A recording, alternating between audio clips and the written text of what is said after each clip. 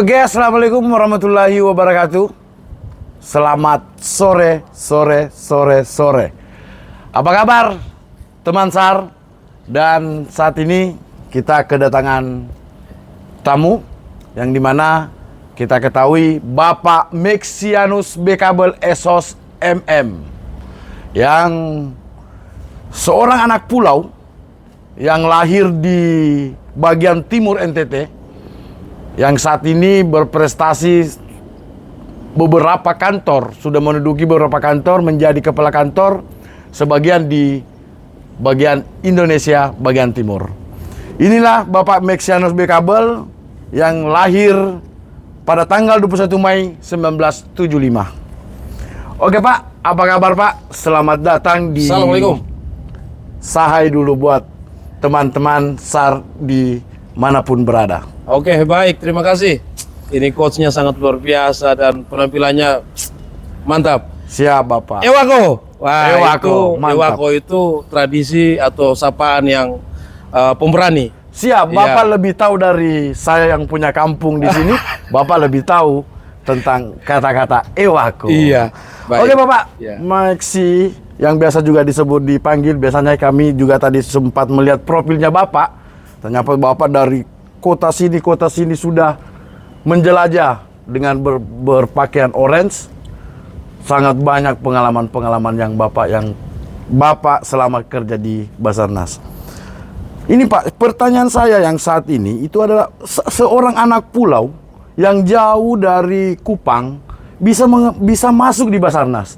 Padahal kita ketahui teman-teman SAR itu dulu itu tidak ada yang namanya internet. Tidak ada medsos, tidak ada. Benar. Jadi informasi sangat susah.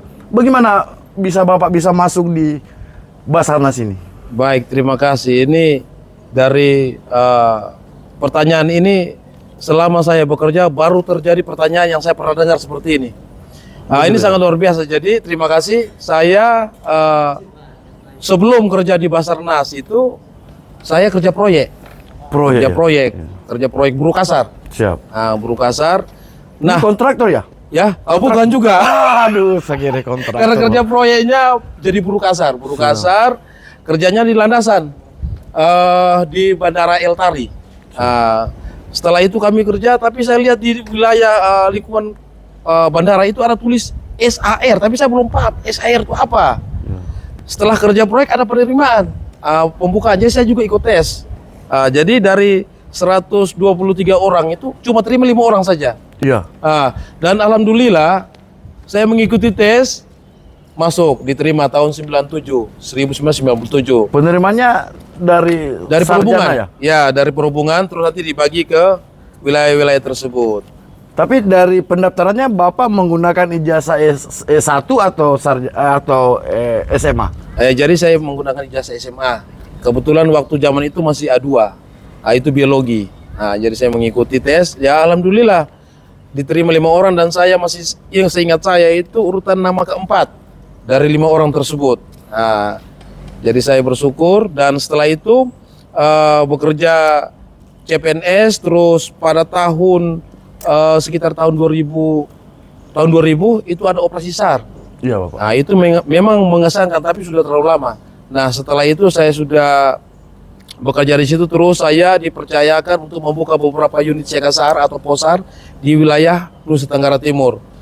Setelah saya buka baik itu di Maumere, di Labuan Bajo, terus di perbatasan di Atambua, koordinasi ke sana, di Alor, terus yang berikut di Sumba, dan dipercayakan lagi sebagai kasih sumber daya di Surabaya. Ya, saya juga lihat itu di media sosial Bapak melakukan pelatihan potensi. Iya. Tadi saya buat buka-buka pengalaman-pengalaman Bapak, banyak juga saya set namanya Bapak Mexianus Bekabel. Ternyata Bapak pernah juga jadi kasih SDE. Iya. Iya, kasih SD di Surabaya. Bapak membuat suatu pelatihan potensi. Iya, tapi makanya banyak potensi SAR juga komplain. Iya. Karena apa? Kok ini Pak Kasih SD ini tidak pernah naik sampai SMP, sampai SMA, cuma SD saja. Oh, seperti itu.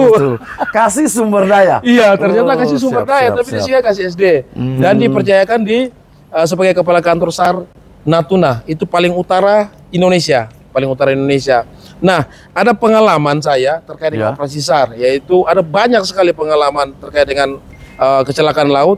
Yang paling berkesan waktu itu di sana, kalau untuk wilayah utara itu ada namanya musim laut utara. Laut Itu utara. gelombang tingginya dari 6 meter sampai 9 meter.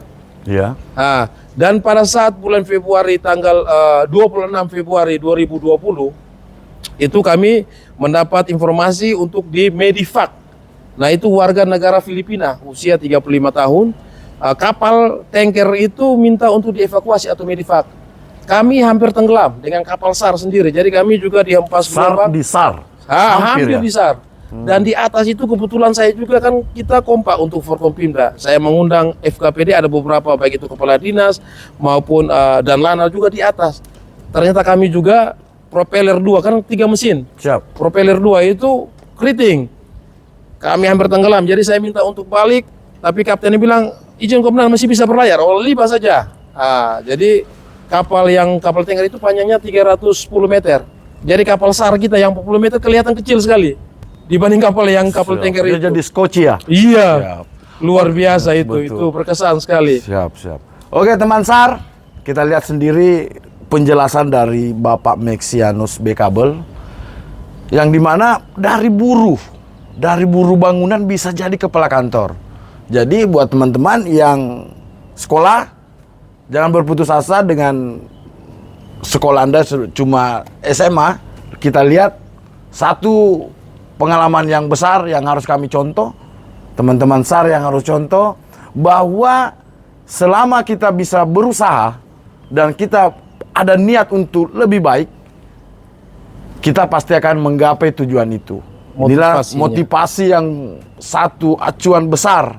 Ada Iya. motivasinya. Perlu kita harus sampaikan kepada adik-adik kita, teman-teman kita, saudara kita terkait dengan motivasi bekerja. Yang paling pertama, mau bekerja. Ya. Yang kedua, rajin bekerja.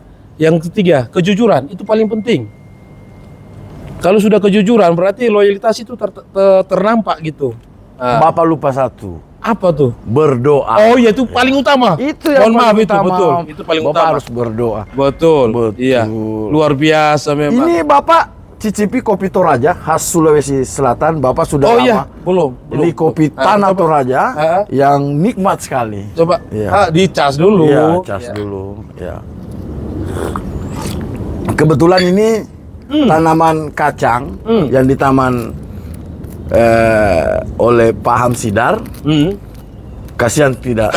Iya. Tapi kopinya terasa masih mantap. Pak.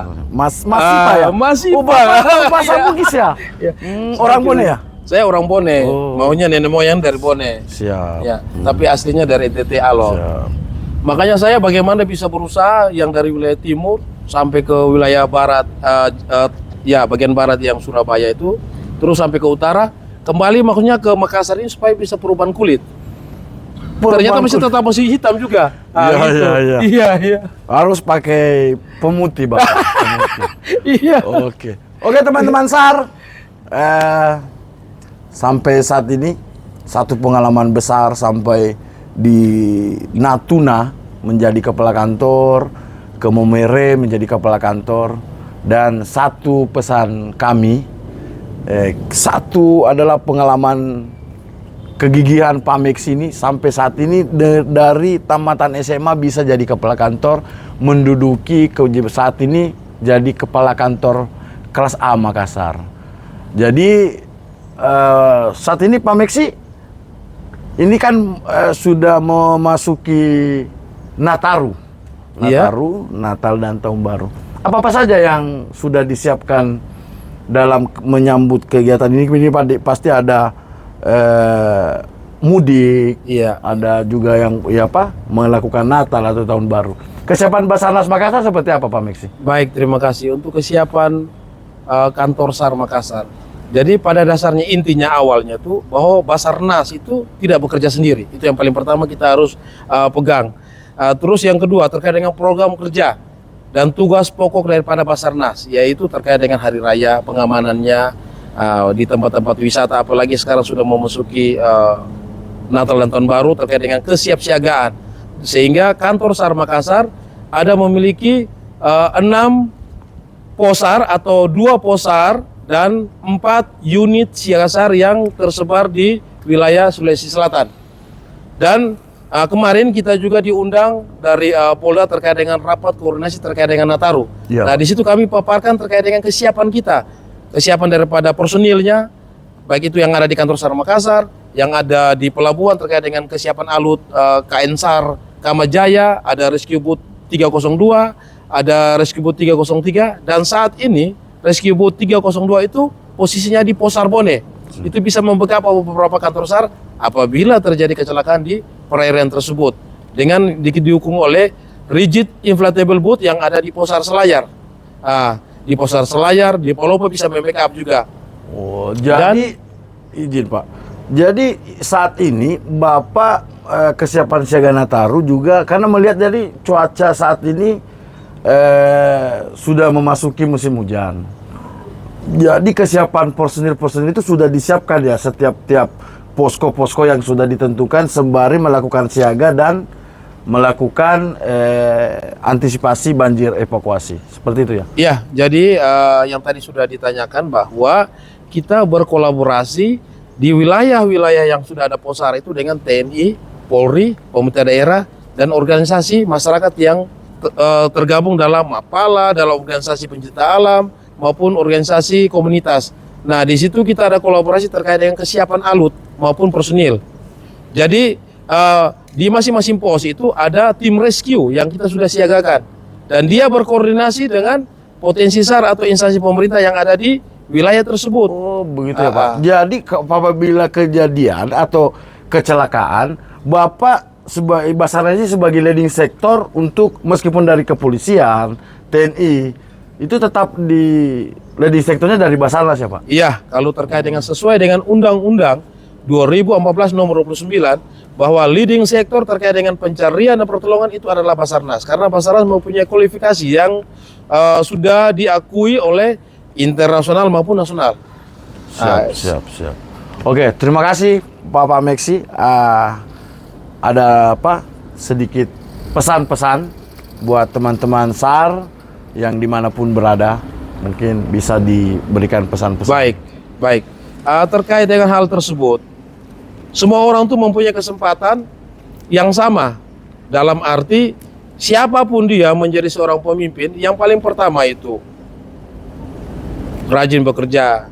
Yang paling pertama, mohon maaf, itu berdoa. Itu saya sering lupa terus berdoa. Itu paling utama. Setelah itu rajin bekerja, jujur.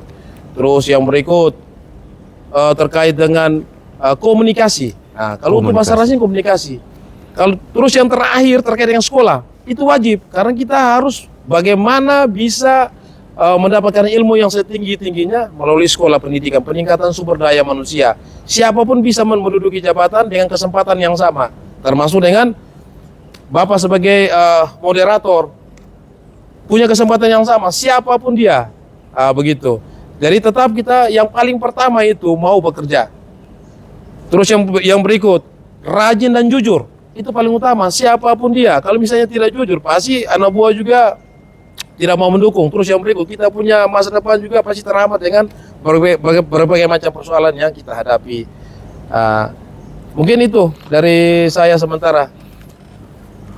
Ewago! Mantap sekali. Pasti sekali dengan berbahasa Bugis. Masih Pak ya Pak? Masih Iya, Pak? masih Siap, Pak, terima masih kasih. Pak. Ya, kita angkat masih Pak sedikit dulu. Siap. Ya. Harus bunyi. Masih Pak. Wow. Oke, terima kasih teman-teman SAR pada sore hari ini. Satu pengalaman hidup dari Pak Meksi dan sampai saat ini bisa menjadi kepala kantor. Jadi satu pesan besar dari buat teman-teman SAR, kami Basarnas itu siap apabila ada kecelakaan-kecelakaan yang terjadi di wilayah Sulawesi Selatan terkhususnya. Dan salam buat teman-teman SAR.